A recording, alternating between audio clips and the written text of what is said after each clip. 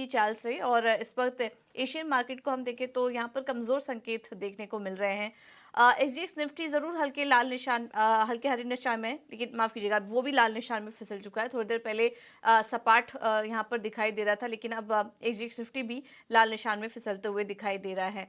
Hong Kong के बाजार, KOSPI और जापान के बाजार में भी वीकनेस है। निक्केई के बाजार करीब 71 अंक नीचे हैं, और चीन के बाजार भी देखेंगे तो वहां पर भी लाल निशान में ही शुरुआत होते हुए नजर आ रही है। तो कमजोर ग्लोबल क्यूज के चलते हम देख रहे हैं फिलहाल एशियाई बाजारों की चाल थोड़ी कमजोर है। और अगर बाकी ग्लोबल मार्केट भी देखेंगे तो वहां पर भी हमने फ्राइडे के दिन थोड़ी मुनाफा वसूली देखी। हमने देखा कि पिछले 6 दिनों की जो तेजी, 6 हफ्तों की जो तेजी थी उस पर कहीं ना कहीं ब्रेक लगा, और S&P 500, नैस्डैक, डाउ जोन्स सभी लाल निशान में बंद हुए। करीब करीब ½ % की गिरावट के साथ यहाँ पर कमजोरी देखने को मिली है। और इसकी वजह ये थी कि फेड ऑफिशियल्स की तरफ से जो बयान आया, हालांकि ब्याज दरों में कोई बदलाव नहीं किया फेड ने, लेकिन उसके बाद जो कमेंट्री आ रही थी एक एक करके फेड ऑफिशियल्स की तरफ से, उसने बाजार में दबाव बनाने का काम किया।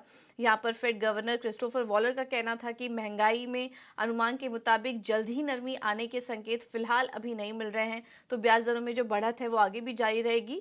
और इस पर फेड प्रेसिडेंट थॉमस बार्किन का भी यही कहना था, उसको कहीं ना कहीं सपोर्ट किया कि जब तक जो महंगाई है वो 2% लक्ष्य के ऊपर है तब तक ब्याज दरों में जो बढ़त है वो जारी रहेगी। तो इस तरह के जो कमेंट्स आए, उसके बाद हमने देखा कि टेक शेयर्स और जो हैवी वेट काउंटर थे वहां पर हमने कल के दिन दबाव देखा।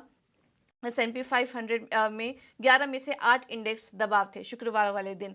हालांकि पूरा हफ्ता काफी अच्छा था इंडेक्स के लिए। मार्च से लेकर अभी तक देखेंगे S&P 500 में सबसे बड़ी तेजी थी, और पिछले हफ्ते करीब 2.5% इंडेक्स चढ़ा।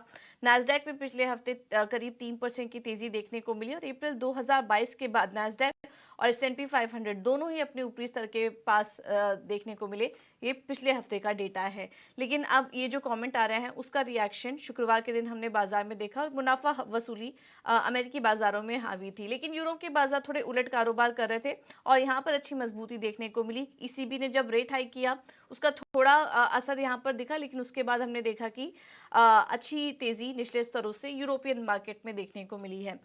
बॉन्ड यील्ड्स और कमोडिटी मार्केट फेड ऑफिशियल्स के बयान पर रिएक्ट करते हुए नजर आए। हालांकि सपाट था, ज्यादा बहुत कुछ एक्शन नहीं दिखा उस पर, लेकिन थोड़ा बहुत सपोर्ट यहाँ पर मिलता हुआ दिखाई दिया। बॉन्ड यील्ड्स में हल्की तेजी आई, 3.76% के पास अब 10 साल के यील्ड्स पहुंच चुके हैं। डॉलर इंडेक्स 102 पर सपाट है। सोने को निचले स्तरों से सपोर्ट मिला, काफी ज्यादा गिरावट हमने देखा, और अभी भी उतार चढ़ाव गोल्ड में जारी है। लेकिन डॉलर में जो कमजोरी आई उससे सोने को निचले स्तरों से फिलहाल सपोर्ट मिल रहा है। और कच्चे तेल में भी हम देख रहे हैं दोनों साइड के फैक्टर्स काम कर रहे हैं, लेकिन ओवरऑल कच्चे तेल में भी निचले स्तरों से एक रिकवरी आई है। पहले तो चीन में मांग में रिकवरी देखने को मिली, और दूसरी तरफ ओपेक प्लस ने जो सप्लाई कटौती की बात की उसके बाद हम देख रहे हैं कि कच्चे तेल को भी निचले स्तरों से एक सपोर्ट मिला। तो यह है इस वक्त का ग्लोबल मार्केट का हाल। हमने देखा यूएस मार्केट में जो वीकनेस आई, और फोकस में था फेड ऑफिशियल के स्टेटमेंट, उसके बाद हम देख रहे हैं कि एशियाई मार्केट भी इस वक्त कमजोरी के साथ शुरुआत हो रही है, और एक्सजीएक्स निफ्टी इस वक्त हल्के हरे निशान में 18,900 के पास कारोबार कर रहे हैं। तो यह है इस वक्त का अपडेट ग्लोबल मार्केट्स के लिए। लेकिन एक बार एफआईज और डीआईएस के आंकड़े भी समझ लेते हैं, उसके बाद हम समझेंगे कि आज के लिए एफएनओ सेटअप कैसा दिखाई दे रहा है। कैश मार्केट की बात करें तो 790 करोड़ के आसपास की यहाँ पर खरीदारी है। डीआईएस ने कैश मार्केट में 680 करोड़ की खरीदारी करके गए। इंडेक्स फ्यूचर में 1180 करोड़ की खरीदारी का आंकड़ा है। इंडेक्स ऑप्शन में 2470 करोड़ की बिकवाली का आंकड़ा नजर आ रहा है। अब इन तमाम आंकड़ों को कैसे समझें, और हमारे साथ रेलिगेयर ब्रोकिंग के अजीत मिश्रा जुड़ चुके हैं। Ajit, thank you so much ET Now Swadesh को समय देने के लिए। आज क्या करना चाहिए भारतीय बाजारों में?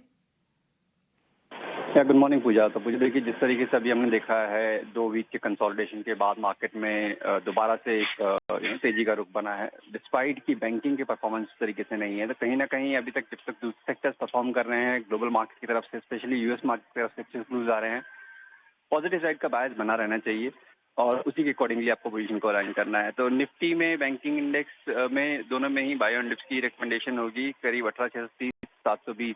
ये जोन है जहाँ पे कि आपको बाइंग के लिए देखना है। 18,800 से लेकर 19,000 का जोन है वो आपका रेजिस्टेंस एरिया होगा। वहीं बैंकिंग इंडेक्स में 43,400 43,700 ये बाइंग जोन है। वहीं पे 44,200 44,500 ये आपका रेजिस्टेंस एरिया की ट्रैक करेगा।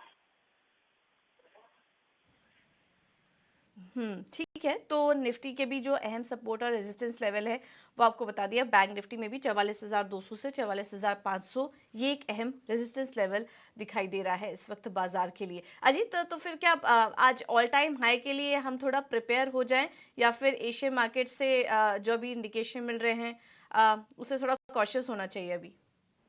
नहीं देखिए, कॉशियस तो नहीं, क्योंकि यहाँ पे स्टॉक स्पेसिफिक भी आपको अच्छी अपॉर्चुनिटी मिल रही है। दूसरा कि ब्रॉडर एंड मार्केट अगर देखेंगे पूजे, तो वहाँ पे काफी स्ट्रॉन्ग आउट परफॉर्मेंस है, वो भी कंसिस्टेंसी के साथ चल रही है पिछले करीब 7-8 हफ्तों से। तो वो देखते हुए मुझे लगता है कि अभी भी बायस पॉजिटिव साइड पे रखना चाहिए। हाँ, थोड़ा स्टॉक सिलेक्शन पे आपको जरूर फोकस करने की जरूरत है। तो उसके हिसाब से अगर आप पोजिशन को मेंटेन करते हैं तो कोई दिक्कत नहीं है। बिल्कुल। तो स्टॉक स्पेसिफिक रणनीति क्या होगी आपकी तरफ से अजीत? देखिए, दोनों ही रिकमेंडेशन बाय साइड पे होगी। BHEL यहाँ पे एक कंसोलिडेशन ब्रेकआउट देखने को मिला है। 8350 के स्टॉक के साथ करीब 92 तक के टारगेट यहाँ पे बना सकते हैं। और दूसरा गेल, यहाँ पे भी आपने काफी अच्छा कंसोलिडेशन देखा है अपने रिकॉर्ड हाइस के पास। तो उम्मीद है कि यहाँ पे दोबारा से आपको ट्रैक्शन देखने को मिलेगा, करीब 115 तक के लेवल देखने को मिल सकते हैं। बिल्कुल Ajit, thank you so much आपका समय देने के लिए और ये रणनीति सुझाने के लिए। तो BHEL गेल अच्छा लग रहा है खरीदारी करने के लिहाज से, और मार्केट की टोन भी पॉजिटिव नजर आ रही है। तो हाइस के लिए आज आप रेडी रहिए, और 18,900 के ऊपर के लेवल्स, यहाँ पर 19,000 के लेवल्स टच करता हुआ दिखाई दे सकता है आज के लिए मार्केट। चलिए अब आगे बढ़ते हैं, और ऐसे में खबरों